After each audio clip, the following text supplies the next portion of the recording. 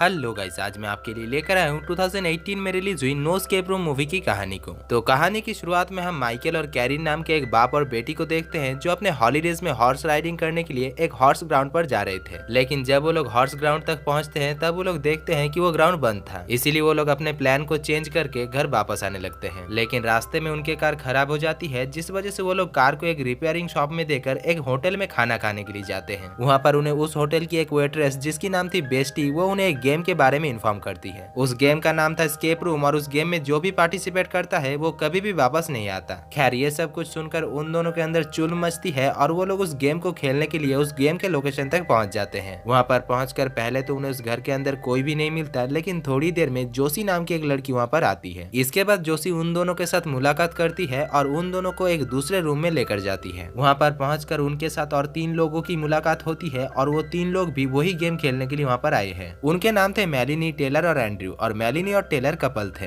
इसी बीच हमें ये भी पता चलता है कि मेलिनी पहले भी इन सारे गेम में पार्टिसिपेट कर चुकी है और उसे इन सारे गेम को खेलकर काफी मजा आती है। लेकिन टेलर उसकी बिल्कुल अपोजिट है और उसे इन सारे गेम में कोई भी इंटरेस्ट नहीं है। पर फिर भी वो आज इसलिए इस गेम में आई है क्योंकि मेलिनी की आज बर्थडे है और मेलिनी उसे फोर्स करके यहाँ पर लाई है। खैर, कुछ ही देर में वहाँ पर जोशी आती है और जोशी उन सभी को एक ड्रिंक ऑफर करके उन सभी को एक फॉर्म में सिग्नेचर करने के लिए कहती है। दरअसल वो फॉर्म उस गेम को खेलने वाले कंटेस्टेंट के लिए ही था और उस फॉर्म में लिखा हुआ था कि वो लोग अपने मर्जी से इस गेम को खेल रहे हैं। अब वो सभी उस फॉर्म में सिग्नेचर करती है और इसके बाद मेलेनी उन सभी को एक वीडियो दिखाती है और साथ ही साथ एक कहानी भी बताती है। वो कहती है कि वो लोग जिस एस्केप रूम में जाने वाले हैं उस एस्केप रूम में कई सालों पहले एक पागल साइंटिस्ट रहता था और वो इंसानों के ऊपर काफी खतरनाक एक्सपेरिमेंट करता था, जिस वजह से वहाँ के गवर्नमेंट उसे पकड़ने के लिए पुलिस की एक टीम को वहाँ पर भेजा था। लेकिन आज तक उस रूम से कोई भी पुलिस ऑफिसर बाहर नहीं निकली है। इसी बीच वो उन्हें ये भी कहती है कि वो एस्केप रूम के अंदर काफी सारे क्लूज रहेंगे जिसको उन्हें पता करके उस रूम से निकलना होगा और इसके लिए उन्हें सिर्फ 1 ही घंटा वक्त मिलेगा। खैर, इसके बाद गेम शुरू होता है और वो लोग एक रूम के अंदर पहुंचते हैं जहां पर पहुंचकर वो लोग क्लूज ढूंढने लगते हैं। अब क्योंकि वो गेम का पहला लेवल था इसीलिए वो लेवल काफी आसान था और उन्हें कुछ ही देर ढूंढने पर उस रूम से निकलने का क्लू मिल जाता है। लेकिन इसी बीच टेलर को काफी अजीब लगने लगता है क्योंकि वो ब्लू लाइट में अपने हाथ के बोन्स को देख पा रहा था और वो ये सब कुछ देखकर काफी डर जाता है, लेकिन एंड्रयू उसे किसी तरीके से शांत करता है। इसके बाद वो लोग अगले रूम में पहुंचते हैं जहां पर उन्हें दुनिया भर के अजीब अजीब चीजें देखने को मिलता है। वहां पर एक फोन भी थी जिसमें किसी की कॉल आ रही थी, लेकिन मैली ने जब उस कॉल को रिसीव करती है तभी उसे दूसरी तरफ से उसी की साउंड सुनाई देती है। इसका मतलब कोई उसके वॉइस के साथ छेड़खानी करके उसको रिप्लाई दे रहा था। अब वो पर्सन मेलिना को वो कॉल टेलर को देने के लिए कहता है और टेलर जब उस कॉल को रिसीव करता है तभी उसके कान से ब्लड निकलने लगता है, जिससे टेलर काफी डर जाता है और उस गेम को अकेला ही क्वाइट करके वहां से निकल जाता है। अब उसके जाते ही दरवाजा फिर से लॉक होकर गेम शुरू हो जाता है। उस गेम में अभी 4 ही कंटेस्टेंट बचे हुए थे और वो लोग उस रूम से निकलने के लिए क्लू ढूंढने लगते हैं। इसी बीच कैरन नोटिस करती है कि उस रूम में काफी सारे क्लॉक्स थे और वो सभी क्लॉक्स 10-12 पर रुक चुके थे, इसीलिए वो समझ जाती है कि हो ना हो वो 10-12 भी उस रूम से निकलने की कोई क्लू हो सकती है। वहाँ पर एक रेडियो भी मौजूद था और वो लोग जब उस रेडियो में 10-12 गीगाहर्ट्ज को लगाते हैं तभी उन्हें वहाँ से निकलने का क्लू मिल जाता है। अब उस क्लू को फॉलो करते हुए उन्हें एक चाबी मिलता है जो कि दरअसल एक क्लॉथ सेट का था, जिसको ओपन करते ही उन्हें वहाँ पर कुछ कपड़े देखने को मिलता है और साथ ही साथ वहाँ पर किसी के होने की आहट भी होता है। लेकिन जब वो लोग उस जगह को चेक करते हैं तभी उन्हें वहाँ पर जोशी मिलती है जो कि घायल थी। उसके पेट में किसी ने स्टैब कर दिया था जिससे उसके पेट से काफी खून निकल रहा था और वो बस उन सभी से यही कह रही थी कि उन्हें जल्द से जल्द वहाँ से निकलना होगा वरना वो सभी मारे जाएंगे। अब ये सब कुछ कहते ही वो क्लॉथ सेट ऑटोमेटिकली बंद हो जाता है और वो सभी जोशी की इस बात से डर जाते हैं। इसके बाद वो लोग वहाँ से निकलने के लिए क्लू ढूंढने लगते हैं, लेकिन उन्हें कहीं पर भी क्लू नहीं मिलता। तभी कैरिन वहाँ पर एक छोटा सा विंडो देखती है जिससे सिर्फ वही बाहर निकल सकती थी, इसीलिए वो उस विंडो से होकर पास वाले रूम में जाती है जहाँ पर उसे कुछ आवाजें सुनाई देती है। लेकिन जब वो उस आवाज को फॉलो करते हुए बेसमेंट तक पहुँचती है तब वो देखती है कि वहाँ पर कोई भी नहीं था। इसी बीच उसे उस बेसमेंट के अंदर वो सब कुछ देखने को मिलता है जो वो एस्केप रूम में आने से पहले वीडियो में देखी थी, जिसको देखकर वो समझ जाती है कि जोशी ने उनके साथ जो कुछ भी कहा था वो दरअसल सच था और सच में उस रूम के अंदर इंसानों के ऊपर एक्सपेरिमेंट किया जाता था क्योंकि उस रूम के अंदर ऐसे कुछ सामान भी थे। अब कैरिन जब ये सब कुछ देख रही थी तभी उसे किसी के आने की आहट होता है, जिस वजह से वो बेसमेंट की दरवाजे को लगाकर एक क्लॉथ सेट के अंदर छुप जाती है। उधर बेसमेंट का दरवाजा लगाने की वजह से उस रूम का दरवाजा खुल जाता है जिसके अंदर माइकल, मेलिनी और एंड्रयू थी। अब वो लोग उस रूम से निकलकर एक दूसरे रूम में पहुंचते हैं जहां पर फिर से एक वीडियो प्ले हो रहा था और उस रूम से निकलने के लिए उन्हें एक कॉम्बिनेशन लॉक की जरूरत था। अब वो लोग क्लू ढूंढने लगते हैं और तभी उनकी नजर जाता है उस घर के फैन के ऊपर। उस फैन में काफी सारे नंबर्स लिखा हुआ था और वो लोग समझ जाते हैं कि वही उस रूम से निकलने का क्लू है। इसीलिए वो लोग किसी तरीके से उस फैन में लगा हुआ नंबर को याद कर लेते हैं और उस रूम से निकल जाते हैं। लेकिन इससे पहले कि मेलिनी उस रूम से निकलती, उस रूम का दरवाजा लॉक हो जाता है, जिस वजह से मेलिनी वहीं पर ही फंस जाती है। इसके बाद मेलिनी एक दूसरे रूम में जाती है जहाँ पर उसे टेलर की लाश देखने को मिलती है जो कि छत से लटका हुआ था। अब ये सब कुछ देखकर मेलिनी काफी डर जाती है और तभी उसके पैर फिसलने की वजह से वो नीचे गिरकर मारी जाती है। खैर उधर माइकल और एंड्रयू कैरिन को ढूंढते हुए बेसमेंट तक पहुंच चुका था, लेकिन कैरिन इतनी ज्यादा डरी हुई थी और वो सोच रही थी कि बाहर कोई मौजूद है, इसीलिए वो उस क्लॉथ सेट से बाहर नहीं निकल रही थी। लेकिन वो जिस क्लॉथ सेट के अंदर छुपी हुई थी, उस क्लॉथ सेट के अंदर एक लाश भी था जो अभी भी हिल रहा था। अब ये सब कुछ देखकर वो डर कर चीख पड़ती है और तभी एंड्रयू उसे ढूंढ लेता है। लेकिन उस क्लॉथ सेट का दरवाजा खोलने की वजह से उस रूम का दरवाजा लॉक हो गया था, जिस वजह से माइकल एक दूसरे रूम में ही फंस जाता है। इसके बाद कैरिन और एंड्रयू मिलकर उस रूम से निकलने के लिए क्लू ढूंढने लगते हैं और काफी देर ढूंढने के बाद उन्हें क्लू मिल भी जाता है। लेकिन वो चाबी थी एक टॉयलेट पॉट के अंदर और एंड्रयू को ना चाहकर भी उस टॉयलेट पॉट के अंदर हाथ डालकर उस चाबी को निकालना पड़ता है। खैर वो लोग उस चाबी की मदद से एक दूसरे रूम में पहुंचते हैं जहां से निकलने के लिए उन्हें एक टर्नल नजर आ रहा था। इसीलिए वो दोनों उस टर्नल से होकर आगे जाने लगते हैं और काफी देर जाने के बाद कैरिन तो उस टर्नल से बाहर निकल जाती है, लेकिन एंड्रयू को कोई पीछे से खींचकर लेकर जाता है। कैरिन को वहाँ पर एंड्रयू की सिर्फ चीखें सुनाई दे रही थी, जिससे वो काफी डर जाती है और वो भी चीख पड़ती है। उधर कैरिन की चीखने की आवाज माइकल भी सुन लेता है जो कि अभी तक भटक रहा था, और वो उस आवाज को फॉलो करते हुए कैरिन के पास तक पहुंच जाता है। वहाँ पर पहुंचकर बाप बेटी एक दूसरे को दिलासा देने लगते हैं कि वो लोग वहाँ से निकल जाएंगे, और इसके बाद वो लोग वहाँ से निकलने के लिए क्लू ढूंढने लगते हैं। इसी बीच वो लोग एक दूसरे रूम में पहुंचते हैं जहाँ पर उन्हें टेलर की लाश मिलता है। अब माइकल पहले भी इस रूम में आ चुका था, इसीलिए उसे इस रूम से निकलने का वे आउट पता था, जिसको फॉलो करते हुए माइकल कैरिन को लेकर एक दूसरे रूम में पहुंचता है जहाँ पर उन्हें फिर से टेलर देखने को मिलता है। और ये वक्त वही वक्त है जब मूवी के स्टार्टिंग में टेलर इस गेम को क्वाइट करके वहाँ से जा रहा था। इसी बीच टेलर को कोई अनजान आदमी पकड़ लेता है और उसे खींच के एक रूम में ले जाकर मार डालता है। अब ये सब कुछ देखकर वो दोनों समझ जाते हैं कि वो दोनों एक लूप में फंसे हुए हैं और वो लोग अपने पास्ट और फ्यूचर में ही घूम रहे हैं। इसके बाद वो दोनों फिर से उसी रूम में पहुंच जाते हैं जहाँ से वो दोनों इस गेम को स्टार्ट किया था। खैर वो दोनों फिर से क्लू ढूंढकर दूसरे रूम में जाते हैं जहाँ पर एक क्लॉथ सेट के अंदर उन्हें फिर से जोशी मिलता है। लेकिन इससे पहले कि जोशी उन दोनों को कुछ कहती, कैरन समझ जाती है कि हो ना हो जोशी के अंदर ही कुछ क्लू है जो हमें इस रूम से निकाल सकता है। तभी उसकी नजर जोशी के पेट के ऊपर पड़ता है जिसके ऊपर एक स्टिच लगा हुआ था। माइकल को भी जोशी के ऊपर थोड़ा बहुत शक हो रहा था, इसीलिए वो जोशी के पेट के अंदर हाथ डाल देता है और उसे फाइनली जोशी के पेट के अंदर एक चाबी मिलता है। उस चाबी की मदद से वो लोग एक दरवाजे को खोलते हैं और उस दरवाजे को खोलते ही वो लोग एक होटल में पहुंचते हैं, और ये होटल वही होटल है जिसमें वो लोग मूवी के स्टार्टिंग में खाना खा रहे थे, यानी वो लोग उस गेम से निकल चुके हैं। खैर वो दोनों उस गेम से निकलकर काफी खुश थे और इसके बाद वो दोनों अपनी कार लेकर वहाँ से जाने लगते हैं। लेकिन तभी उन्हें कार के अंदर एक लॉक देखने को मिलता है, यानी वो लोग उस गेम से अभी तक नहीं निकले हैं और वो लोग उसी लूप में फंसे हुए हैं। और दोस्तों यहाँ पर ये मूवी की कहानी खत्म हो जाता है। तो दोस्तों आपको इस मूवी की कहानी और मेरा एक्सप्लेनेशन कैसा लगा? अच्छा लगा है तो वीडियो को दिल से एक लाइक कर देना और चैनल को सब्सक्राइब करके बेल आइकन जरूर प्रेस कर लेना, ताकि आपको वीडियोस की नोटिफिकेशन और मुझे वीडियो बनाने की मोटिवेशन मिलता रहे। बाकी मैं मिलता हूँ आपसे अगली ही वीडियो में, तब तक के लिए जय हिंद।